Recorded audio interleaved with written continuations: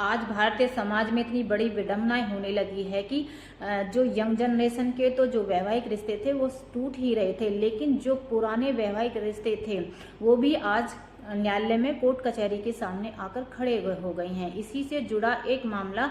उत्तर प्रदेश की राजधानी से आया है, जिसमें कि जो व्यक्ति है उसकी आयु 71 ईयर्स है, जिसका नाम गुरु प्रसाद है, और उसकी वाइफ जिसकी आयु 65 है, रमदेवी है। इन दोनों से जुड़ा एक मामला आया है। इन दोनों की जो शादी है वो 1975 में हुई थी और दोनों एक साथ रह रहे थे। 14-15 साल इन लोगों का जो रिलेशन था वो काफ़ी अच्छा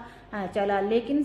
13-14 साल बाद दोनों में आपसी विवाद होने लगे और जो छोटी छोटी बातों पर गंभीर विवाद होने लगा। इन 14-15 सालों में उनके कोई बच्चा नहीं हुआ और 1990 में जो उनका विवाद था वो इतना बढ़ गया कि उसने गंभीर रूप धारण कर लिया और इसमें जो रमदेवी थी, गुरु प्रसाद की वाइफ, वो अपना ससुराल छोड़कर मायके जाकर रहने लगी। 19 साल बाद यह विवाद फैमिली कोर्ट के सामने आया और 16 साल तक यह कानूनी प्रक्रिया चली। इस कानूनी प्रक्रिया में अनेकों बार न्यायालय के द्वारा उन दोनों को समझाने की कोशिश की गई कि आप साथ रहें, लेकिन उन दोनों पक्षों में से कोई राजी नहीं हुआ, बल्कि वो एक दूसरे पर आरोप लगाते रहे। इसमें रमदेवी और उसके भाइयों द्वारा यह आरोप लगाया गया कि वह 1990 से अब मायके में रह रही है, लेकिन पति के द्वारा कभी भी उसे लाने की या साथ रखने की कोई पहल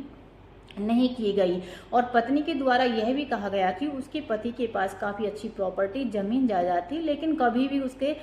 खर्चे के लिए नहीं पूछा गया कि वह आर्थिक तंगी से जूझ रही है या नहीं जूझ रही है और वह 35 सालों से अलग रह रहे थे। एक लंबी कानूनी प्रक्रिया जो कि 16 साल चली।